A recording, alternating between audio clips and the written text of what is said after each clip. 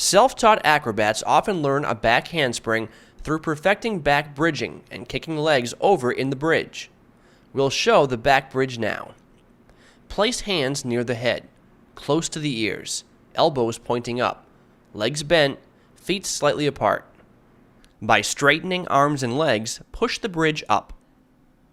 After straightening the arms and legs, walk the feet towards the hands. Bend the knees and push off. With each bounce in the legs, try to push your shoulders forward. After each series of such bounces, it is advisable to flex the trunk forward to relax the lower back muscles. Otherwise, they are likely to spasm and hurt.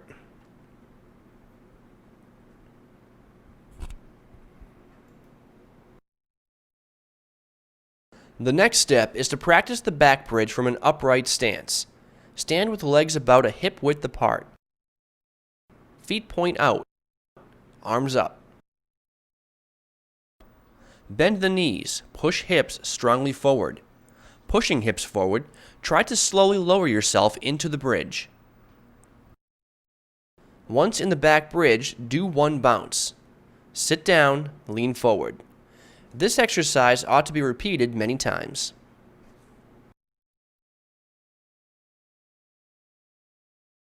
The other way of getting into the back bridge, which is not the acrobatic way, but rather the breakdancing way, is to do a full squat and then quickly push hips forward and swing the arms back and drop into the bridge. Sit down, lean forward. In the squat, your feet should be about a hip width apart, wide enough so your buttocks go below your knees, but not so wide as to let your hips go between your heels. In the squat, your hips should be behind your heels.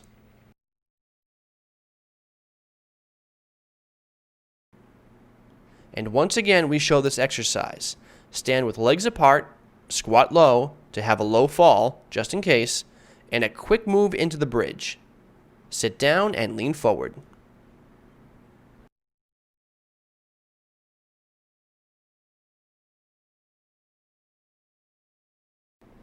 To facilitate kicking over the arms, you can do it off an elevation. Lie down on the elevation, rest the arms just behind the elevation. Bend the legs and push into the bridge. Try to walk up close to the edge of the elevation. Now, swing one leg and try to kick over the arms to end up standing upright. Once again, during kicking over the arms, look at the floor. Not looking at the floor may cause falling on the head.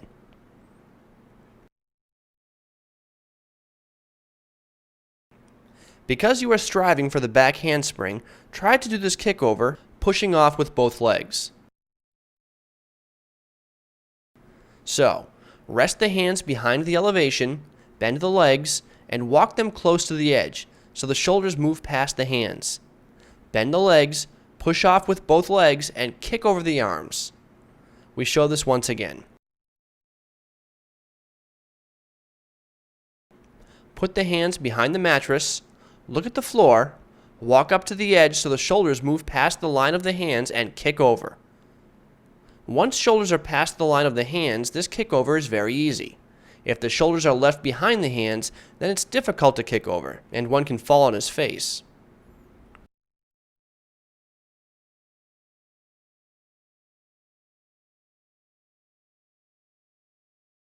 After successfully kicking over the arms off an elevation, try to do it on an inclined mattress. Combine the two elements of the breakdancer's back handspring, the drop into the bridge with the kickover.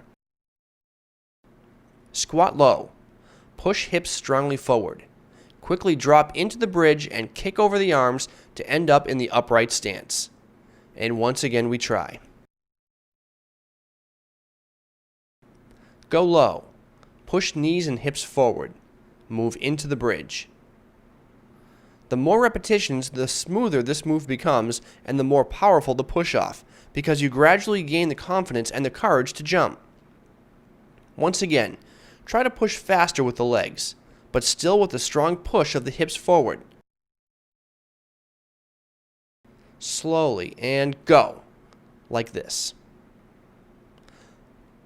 Once again, Very deep squat, the buttocks go below the knees, and now push your hips and land on your feet. This is it. Now he tries to do it by himself. For safety, I can stand close by just in case I need to put my hand under his center of gravity, which is at the level of his navel. This is it.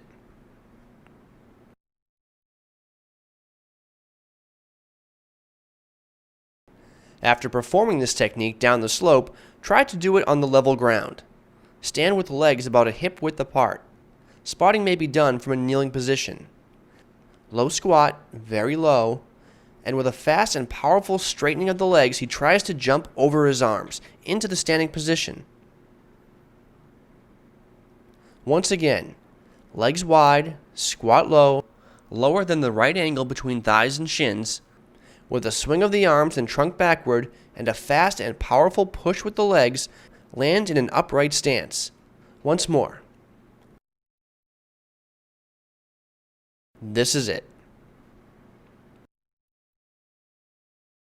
This way of performing the back handspring through the back bridge with its initial position legs apart and hips below the knees allows you to do it after a forward roll.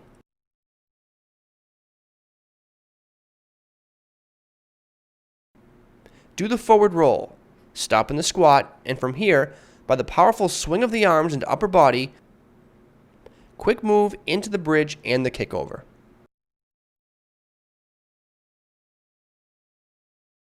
And do it faster.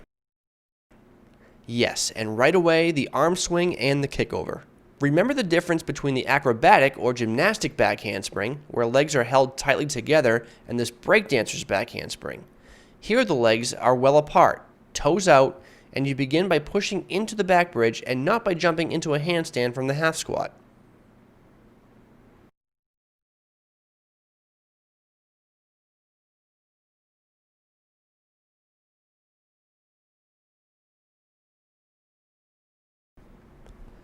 The breakdancer's back handspring, based on the back bridge, greatly stresses shoulders and elbows. It is possible to strain muscles of the abdomen and lower back. After executing this back handspring, it is difficult to gain momentum for the next tumbling technique. The standard back handspring, done technically, that is from the half squat and based on the handstand, costs much less effort than the back handspring based on the bridge. It puts less stress on the arms, can be followed by other tumbling techniques, and can be used to build a long sequence of acrobatic jumps.